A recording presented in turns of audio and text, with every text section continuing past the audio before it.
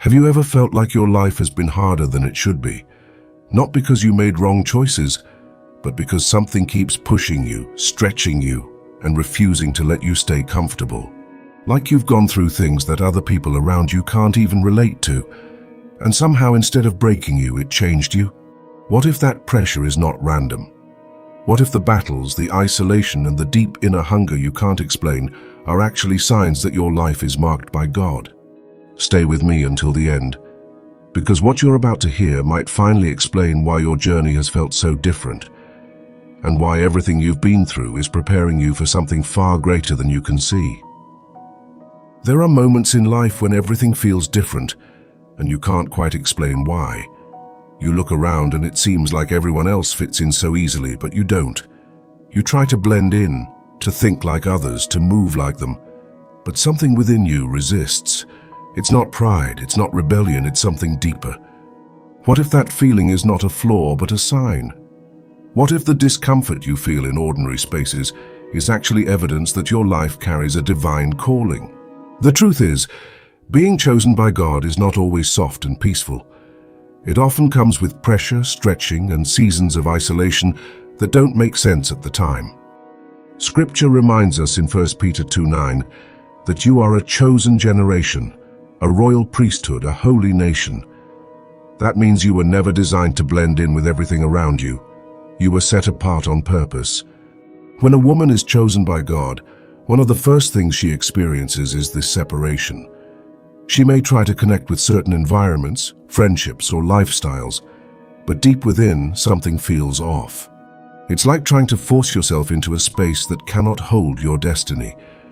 Romans 12:2 says, "Do not be conformed to this world, but be transformed by the renewing of your mind."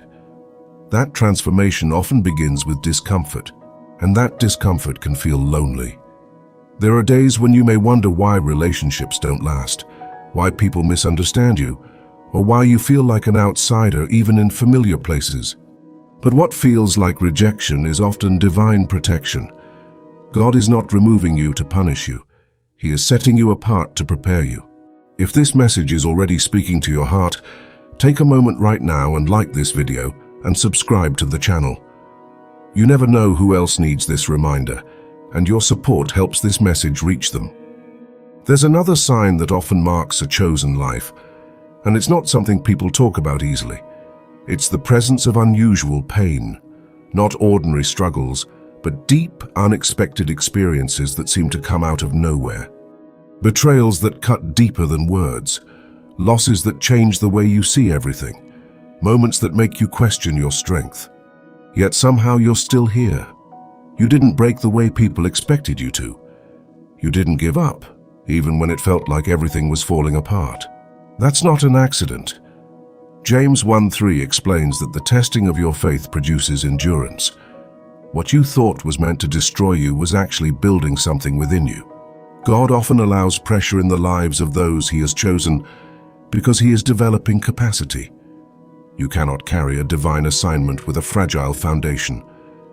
So He strengthens you in ways that are uncomfortable but necessary. And in the middle of all of this, there's something else that begins to grow inside you.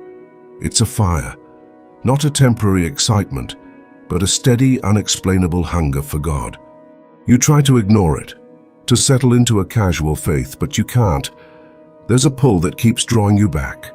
Jeremiah described it in Jeremiah 29 as a fire shut up in his bones, something he could not hold in. That's what it feels like. You can't stay lukewarm, you can't pretend. Even when you try to step away, something inside you keeps calling you deeper. This kind of hunger is not something you create on your own. It's evidence of God's hand on your life. But with that calling often comes resistance. You may have noticed that things don't come easily. There are delays, obstacles, and battles that seem to follow you, even when you're trying to do the right thing. It can feel exhausting, like you're constantly pushing against something unseen. Ephesians 6:12 reminds us that we do not wrestle against flesh and blood, but against spiritual forces. The intensity of the battle is often connected to the weight of your assignment.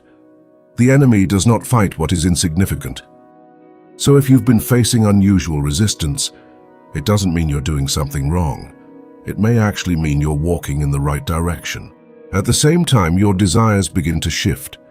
Things that once seemed important lose their appeal. You start craving purity, not because someone forced you to, but because something within you longs for it. Psalm 51:10 speaks of a clean heart and a renewed spirit. That becomes your prayer, even when no one is watching. You begin to value purpose over popularity. You're less interested in being seen and more concerned with being aligned. And sometimes that means walking away from things others don't understand. It's not always easy. There are moments when you might question if you're missing out, if you're being too serious, if you should just relax and go with the flow. But deep inside, you know that your life is not meant to be lived casually. Another sign of a chosen life is a deep sensitivity. You feel things deeply. You notice what others overlook. You carry a compassion that can feel overwhelming at times. You see pain in people, even when they try to hide it. That sensitivity is not weakness. Jesus himself was moved with compassion in Matthew 9:36 when he saw the crowds. What you carry is a reflection of his heart. It allows you to connect, to heal, and to understand in ways that others may not. But it also requires boundaries and wisdom, because not everyone will understand that depth. As you grow, something else becomes clear. You lose interest in announcing everything. You're not driven by the need to prove yourself or to constantly show what you're doing. Instead, you find yourself building quietly. Jesus said in Matthew 6:4 that what is done in secret will be rewarded openly. That becomes your focus.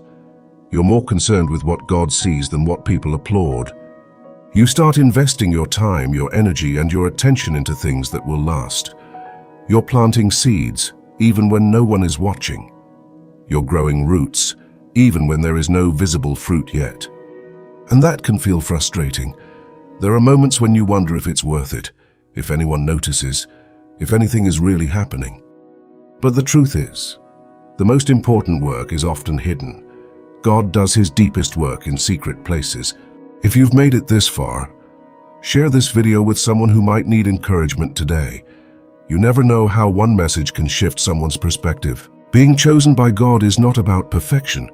It's not about having everything figured out or always feeling strong.